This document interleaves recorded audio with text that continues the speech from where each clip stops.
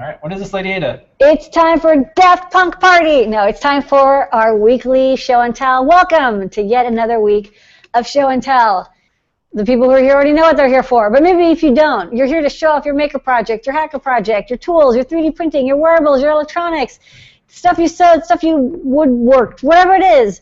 We'd like to see it. Take the next 25-ish minutes to show us what you're working on. We're going to call on you in the order we see you, so please mute your mic while you're waiting. Get your demo ready. We'll call on you, and we have to get out of here at 7:55, so please take 2 to 3 minutes to do your thing. We're going to start off with Tony Nicola. Welcome back. Hey, yeah. So I've got a fun thing to show with this guy. This is the Arduino Zero, and I've been playing with using I2S, which is the Inter-IC Sound Protocol. And it's really similar to SPI, where it's like a way for 2 chips to communicate, but it's just for sound data. So it's like SPI, but it has a few extra clocks. And the cool thing is, so we've got maybe a Don't Ask, It's Not Out Yet project that you can go see on the desk of Lady Ada maybe a few weeks back for a little I2S amp that'll be in the shop soon. And I'll show real quick a little demo. So I have it working with the Arduino Zero, and this is basically the little Feather M0 ADA logger that we have. And I have a little tone generator set up. And so we'll see what happens. My cat, for some reason, hates the sound of the tones it generates, so we'll see what happens. That's why you put it right next to the cat box. Yeah, it just so happened that way. So I'll give power to the amp, and might be able to hear.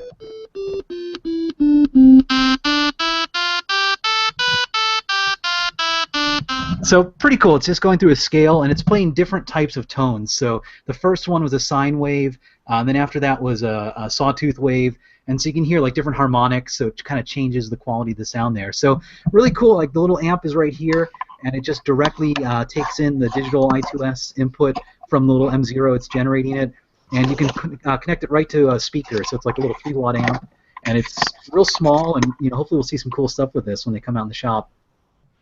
All right, sweet. Thank you for the demo. And I see that Carmen was so lazy she was not willing to get out of the box. Yeah, she didn't notice. Right. I'll turn it on. We'll see what happens. So. Okay. We will. You can maybe mute your mic, and we're gonna keep moving on. But thanks for the demo, Tony. Okay, Known Pedro from Adafruit Southeast. Hello.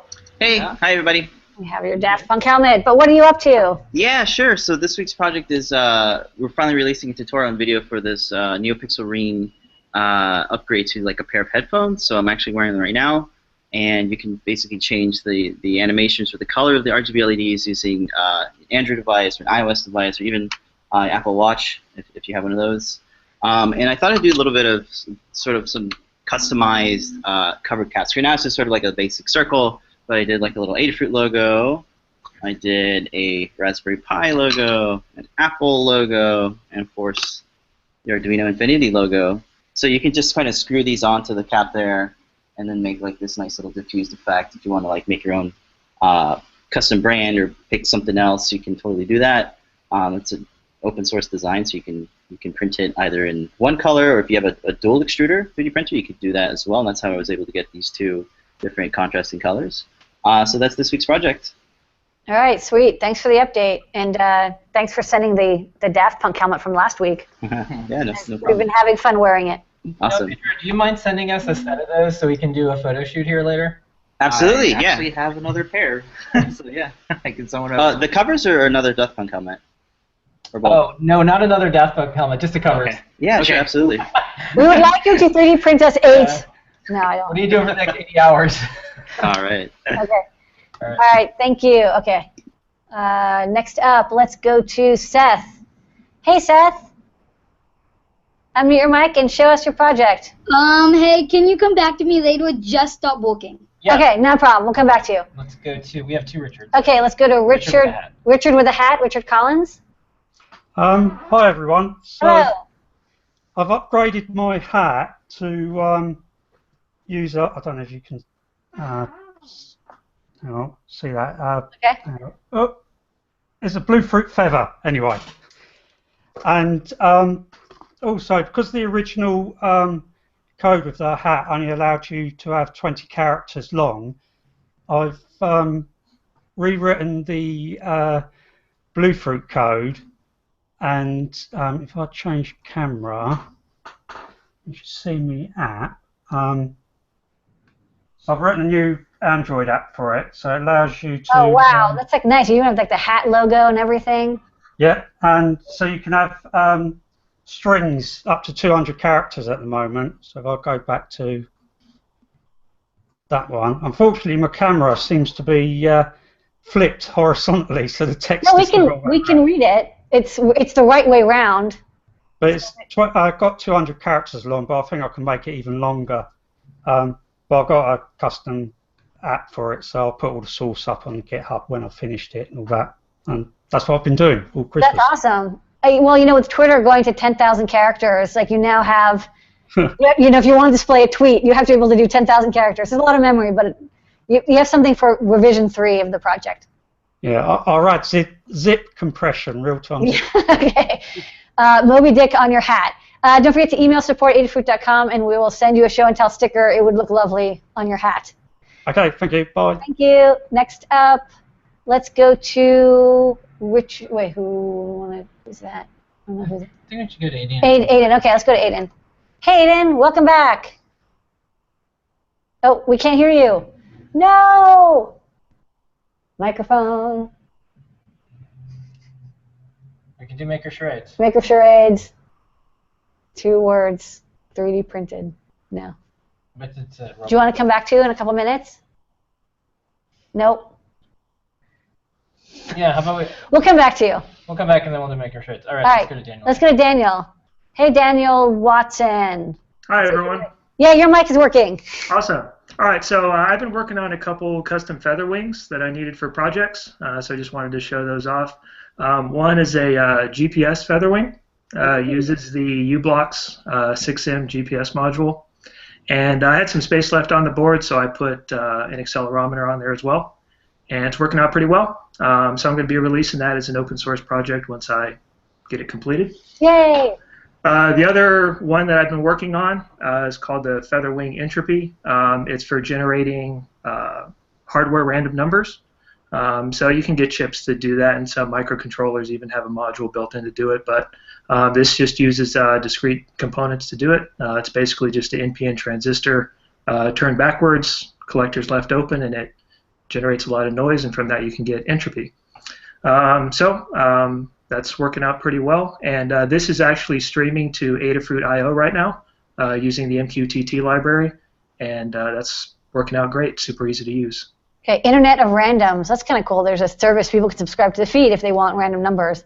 Yeah, this can actually generate about 160 kilobits per second. So right now I'm only pushing a few bytes per minute to Adafruit IO, but yep, it's working out pretty well for me. That's awesome. I've seen some of the tweets. I think I've seen these tweets of the designs. Make sure to email us when you design these, and we'll blog them up if you have the designs on OshPark, especially. We'll people, because people would be really interested in that stuff. Yep, that's my plan. Once I get the design finished, I'll have it shared on OshPark, documented, and I'll definitely email that. That's awesome. Don't forget to email support Adafruit to get your SUN seen on the show to sell sticker. They're a little bit bigger than the feather wing, but you can put it maybe on your desk or something. Absolutely. All right. Thank you. Thanks for sharing. Okay. Let's go to, next up, Richard A. Hello. Hey guys, so I've got a few things to show off today. First of all, let me switch cameras. So I saw that you guys are doing the VTech robot chassis, and so I thought I'd show off my conversion for the HackyBot that I worked on before. So this is hooked up with the Bluetooth module. So I can just turn it. It actually was a pretty easy conversion over there. I did have to do some calibration with these two, the 1 and 2, so you can kind of add more power to one servo versus the other. The thing I like about those continuous rotation servos, they're really nice and inexpensive, but not really precise. So I did find it's hard to make a robot that drives really straight. The next thing really quick that I have is back behind me. I've been playing around with the 3 amp LEDs you guys have, and this is hooked up to an ESP8266. So I just have the do buttons here that I can control for red, green, and blue. This I kind of whipped together, and I'm making this kind of my version of the Philips Hue lights. So hopefully I can do an inexpensive one that doesn't have to work off of that really nasty hub that you have to run the Philips Hue lights on. Okay, that's cool. Is that like a wine glass? What is that shape it's in? No, it's actually it's a 3D printed shape that one of the guys here printed out of PET plastic. So we just have MakerBot printers here at the Makerspace, and of course they keep breaking down because they're the newer versions. It's limited just to PLA. We don't have any transparent PLA, so I just grabbed one of these bottles they've been doing for tests to throw over it, because it is blindingly bright even on a 3.3 volt lithium battery. Okay. All right, well, make sure your eyesight doesn't get damaged by these incredibly bright LEDs. And, of course, don't forget to email support at Adafruit to get a sticker that you can put on your cute little robot. All right. I'm sure you have a ton of stickers, but one more can't hurt. Okay, next up. How about we go to Andrew? Let's go to Andrew. Adian, and then we'll see who's back. Okay, Andrew. Hello. Can you hear me all right? Yes, we can hear you. A couple of little projects. I bought myself a little birthday present for my 70th birthday, one of those little Zoomos. Warning, read instructions. I couldn't get it working until I went back to the instruction book and found out there was 2 jumper leads I had to set to get it to work with the Arduino. Other than that, it worked perfectly. And also doesn't work outside, too much infrared. Another little present I bought myself was one of your cameras.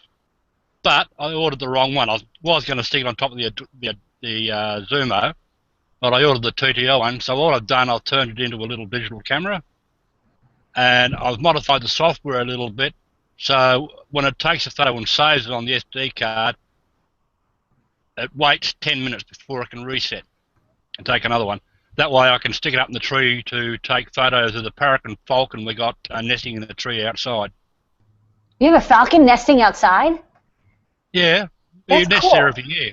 Okay. Well, she nests there every year. We want a falcon. That'd be great. I've got kookaburras that come and eat out of my hand. I've got a magpie that comes. If I don't go outside and feed it, it taps on my door. So I've got a nice little ditch on my door where it taps. Okay. We get parakeets and lorikeets, thousands of them. All right, you can keep the birds. I don't want them to actually bother me. I just want them to look cool. Okay, so you're gonna take photos of these birds. Okay. Yep, that's if I can get it to work out, all right. All right, sounds great. Awesome. Well, don't forget to email support and get a sticker that can go on your bird feeder or your bird camera. All right. Next up. Okay, Aiden, do you have a See the microphones. mic? No. He has no mic. Do you want to show it? Do you want to just hold up your thing that you're working on, and we can? We will guess. Okay, so it's a soft robot because you're working on soft robots. This is like a finger, and it can punch things. All right. It can press things. Tap thing. Are you gonna make something that can tap like a iPhone or a keyboard or something? Because that can be kind of cool. It's a tentacle. It's a tentacle. Okay. It's a soft robot tentacle. Prototype tentacle. Okay. All right. Only one, but you're gonna have like 20 of them. Tentacles. That'd be cool. Yeah. It'll be neat if you can have the tentacle press the button on the 3D printer to print another tentacle. Just an idea. Okay. All right. Wait, hold on. There's a message. One more thing. One more okay. thing. It's going to show us. Screen sharing. Oh, there it is. That's the model of the tentacle. The mold for the tentacle. So you 3D print the mold. Yeah. And then you put add silicone. a tube. Okay. Add tube. It's a handy feature. That's cool. You know, in Microsoft Word it says add tube, but it doesn't do anything. It doesn't. I see you're trying to add it too. Yeah. I see you're making a tentacle. So I guess this is an air hole for the molding, so you can inject the silicone into it, maybe making vents. Okay. All right. All right. That's important, especially when you have all those ribs. You want to make sure the ribs will show up. Okay. All right. Got it. We don't need words. We don't need human words. All right. Okay. And then we'll just see Scott, and then we'll get it. C. Scott. Yep. Okay. C. Scott. Hello. What's going on? Oh wait, I reduced the volume because it was. Okay. So 1 second. Sorry. Can you start over, C. Scott? Hello. Hey, we can hear you now. All right. Do you see my blurry LEDs? Yeah, we see some blurry LEDs in a heatsink. I thought I'd demonstrate a rather curious circuit. Those parts in the back, those black cylinders. Let me see if I can point to them here. Okay, sonic screwdriver will do the pointing. These back here are called Vactrols. It's an LED and a photoresistor encapsulated so that you can vary the resistance using the LED, and since it's opto-isolated, you can have different reference grounds for the input and output sides. I'm using it on this circuit to do a voltage-controlled notch filter. This is, I'll back it up a little bit, this is my Probe X0. This is the new version where I've tweaked most of the bugs out of it. And if you see the LEDs that are going back and forth like a train crossing signal, and I play a note, you can hear it shift from high pass to low pass.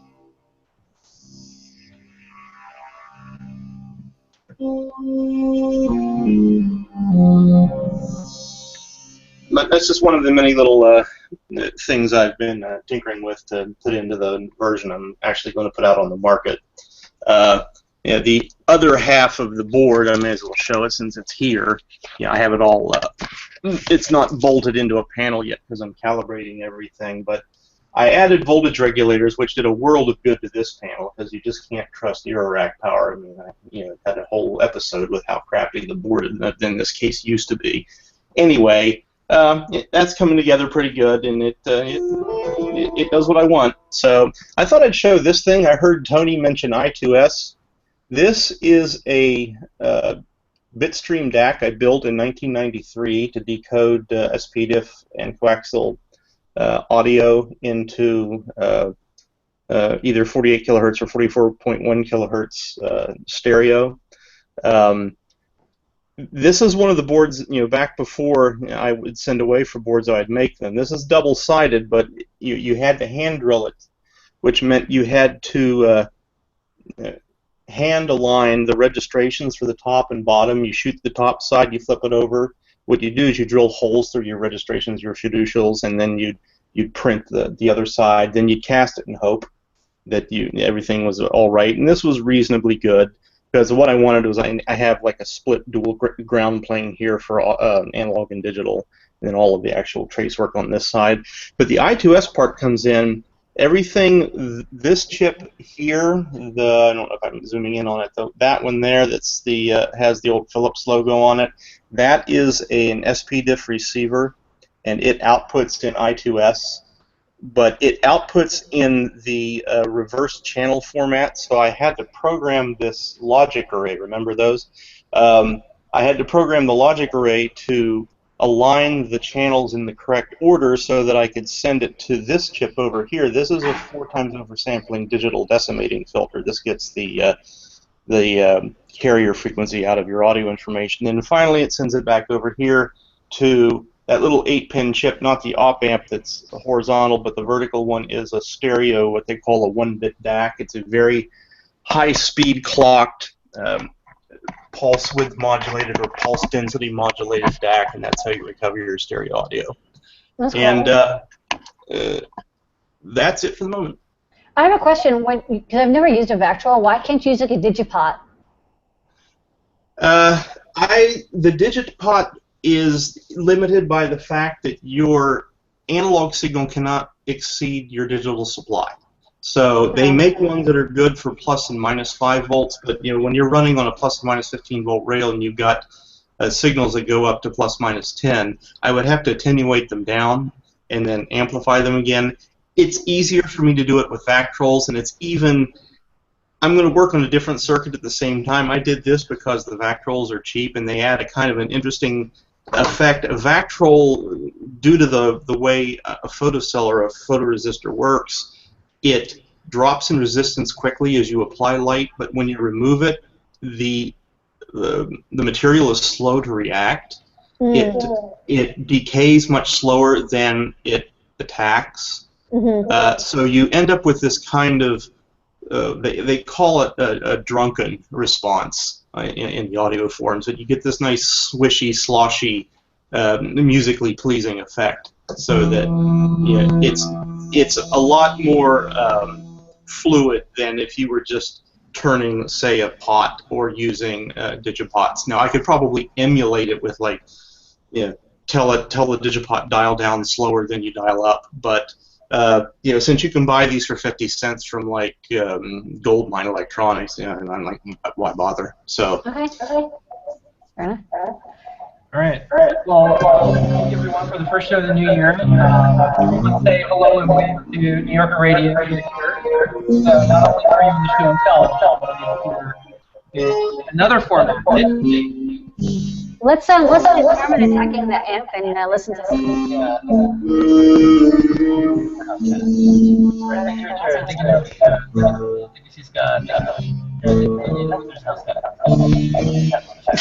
All right. Ask an Engineer starts in 5 minutes. Bye, everybody. See you.